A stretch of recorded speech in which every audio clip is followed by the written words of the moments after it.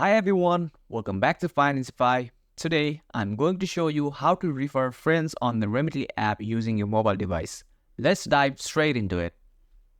First, launch the Remitly app on your mobile device and make sure you are logged in. Once you are on the home screen, look at the bottom navigation bar.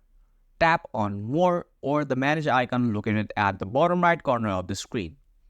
From the menu, select Refer Friends. On the referral page, you will see a unique referral code and the benefits for both you and your friends. Tap on Share Code.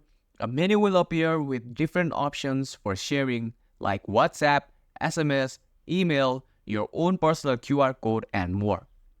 Select your preferred sharing method and send the code to your friend.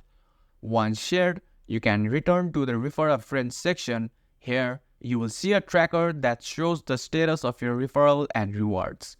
And that's it. You have successfully referred a friend on the Remitly app.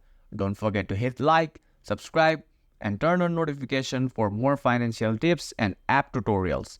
Thanks for watching Financify, and I'll see you in the next video.